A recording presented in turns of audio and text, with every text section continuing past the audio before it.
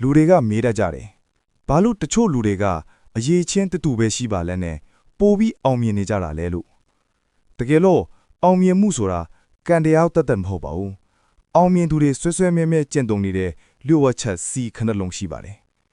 ဒီနေ့ဗီဒီယိုမှာတော့တင့်ဘဝကိုတစ်စစ်ချိုးပြောင်းလဲပေးမယ်ဒီအချက်တွေကိုပြောပြတော့မှာမို့အဆုံးထိကြည့်ပေးဖို့ဖိတ်ခေါ်ခြင်းပါတယ်မင်္ဂလာပါကျွန်တော်ရဲ့ channel ကနေပြန်လဲကြိုဆိုလိုက်ပါတယ်လူတိုင်းမှာအောင်မြင်ခြင်းနဲ့အိမ်မက်ကိုစီရီမန်းချက်ကိုစီရှိကြတာပါပဲဒါပေမဲ့ဘာလို့လူအ ਨੇ စုကပဲထိတ်ဆုံးကိုရောက်သွားပြီးကျန်တဲ့လူတွေကလမ်းသွားမှတင်ပျောက်ဆုံးသွားကြတာလဲအဖြေကတော့ယူရှင်းပါတယ်အဲ့ဒါဟာသူတို့ရဲ့စွမ်းရည်တဲ့သူတို့စုပ်ကိုင်ထားတဲ့မူဝါဒတွေကြောင့်ပါဒီနေ့မှာတော့တင်းရဲ့အသွေးခေါ်နဲ့လှုပ်ဆောင်ချက်တွေကိုအောင်မြင်သူတယောက်အဖြစ်ပုံဖော်ပေးမယ် Seven C's of Success ဆိုတဲ့မရှိမဖြစ်အရေးအသွေးခဏမျိုးအကြောင်းကိုအသေးစိတ်ဆွေးနွေးသွားမှာဖြစ်ပါတယ်ဒီအချက်တွေကိုတေချာနားထောင်ပြီးလက်တွေ့အသုံးချကြည့်မယ်ဆိုရင်တင့်ဘဝရဲ့အလဲအပေါင်းကဒီဗီဒီယိုကနေစတင်မှာပါကဲအခုပဲစလိုက်ရအောင်ဗျာနံပါတ်1 confidence မိမိကိုယ်ကိုယုံကြည်မှုပါအောင်မြင်မှုရဲ့ပထမဆုံးအုတ်မြစ်က confidence ပါဒါဟာကိုယ့်ကိုယ်အထင်ကြီးနေဟိုမဟုတ်ပါဘူးငါဟာဒီအလုံးနဲ့ထိုက်တန်တယ်ငါမှလုံနိုင်စွမ်းရှိတယ်လို့ကိုယ့်အတွင်းစိတ်ကခိုင်ခိုင်မာမာလက်ခံထားတာမျိုးပါလောကကြီးမှာတင့်ကိုဘသူကမှမယုံကြည်ခင်မှာတင့်ဘက်ကအရင်ဆုံးကိုယ့်ကိုယ်ယုံကြည်ပေးဖို့လိုပါတယ်အဲ့ဒီယုံကြည်မှုကပဲတင့်ရဲ့စကားပြောပုံလမ်းလျှောက်ပုံနဲ့ဆုံးဖြတ်ချက်တွေကိုတခြားသူတွေထက်ထူးခြားသွားစေတာပါနံပါတ်2 clarity and courage ပြတ်သားမှုနဲ့တတ်တည်ပါမြူနင်းတွေဖုံးနေတဲ့လမ်းမှာဘလောက်ပဲမြန်မြန်မောင်းမောင်းလမ်းပြောက်မှာပါပဲဒါကြောင့်ငါဘာဖြစ်ချင်တာလဲဆိုတာကိုမှန်သားပြီလို့ရှင်းလင်းနေအောင်အရင်ဆုံးသတ်မှတ်ပါပန်းနိုင်ရှင်းပြီဆိုရင်တော့ courage ဆိုတဲ့တတ်တည်ကိုထုတ်သုံးပါအမားလုံးမိမှာကိုမကြောက်ပါနဲ့အကြအရှုံးမှာကိုမရှက်ပါနဲ့တတ်တည်ရှိသူတွေသာ comfort zone ရဲ့အပြင်ဘက်မှာရှိတဲ့ယတနာတွေကိုရယူနိုင်ကြလာပါနံပါတ်3 consistency လူအများစုရှုံးနိမ့်သွားရတဲ့အဓိကအကြောင်းရင်းကတော့ consistency မရှိလို့ပါပဲအစပိုင်းမှာစိတ်အားထက်သန်ကြပေမဲ့ခက်ခဲလာတဲ့အခါလက်လျှော့လိုက်ကြတယ်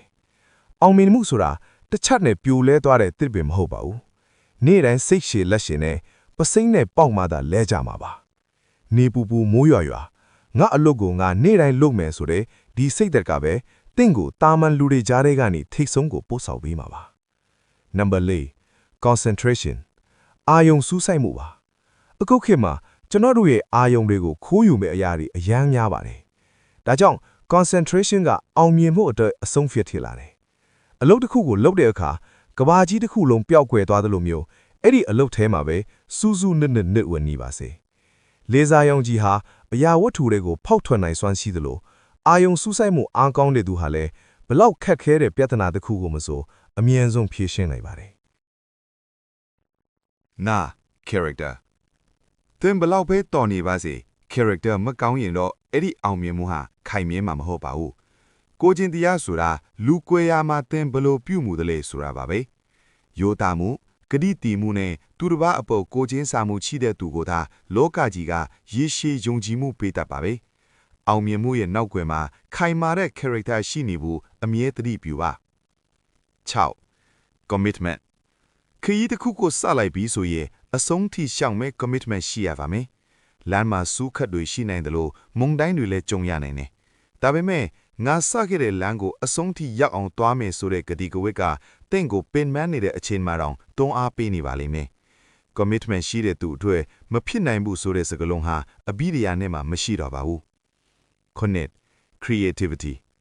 နောက်ဆုံးအချက်ကတော့ creativity ပါဒါဟာပစီဆွဲတာပချင်းဆိုတာထက်ပိုပါတယ်ပြဿနာတွေကိုတောင်းပေါင်းစုံကကြည်တတ်တာအဖြေရှာတဲ့နေရာမှာစမ်းသစ်တာဟာလည်း creativity ပါပဲ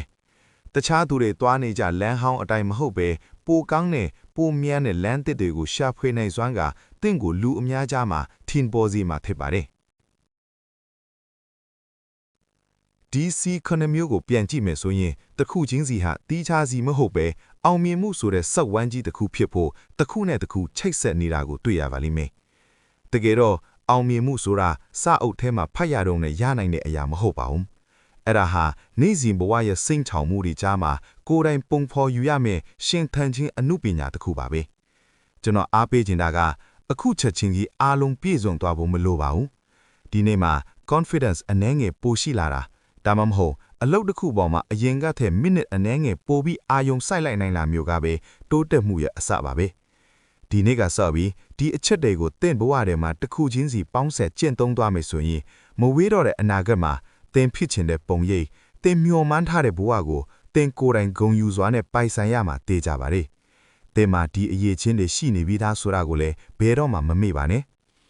ဒီဗီဒီယိုလေးကသင်အတွက်အကျိုးရှိစေတယ်ဆိုရင် like ပေးခဲ့ဖို့မမေ့ပါဘူးနော်ဒီစီ9မျိုးတွေကဘေးအချက်ကသင်အတွက်အခက်ခဲဆုံးခိနေမလဲဆိုတာကိုလည်း comment မှာဆွေးနွေးပါလို့ရပါတယ်အခုလိုဘဝအတွက်အနှစ်သာရရှိတဲ့ဗီဒီယိုတွေကိုအမြဲကြည့်ရှုနိုင်ဖို့ကျွန်တော်ရဲ့ channel ကို subscribe လုပ်ပြီး notification bell လေးကိုလည်းနှိပ်ထားပေးပါဦးအားလုံးပဲအောင်မြင်တဲ့ဘဝကိုပိုင်ဆိုင်နိုင်ကြပါစေအဆုံးထိကြည့်ပြီလို့ကျေးဇူးအများကြီးတင်ပါတယ်ခင်ဗျာ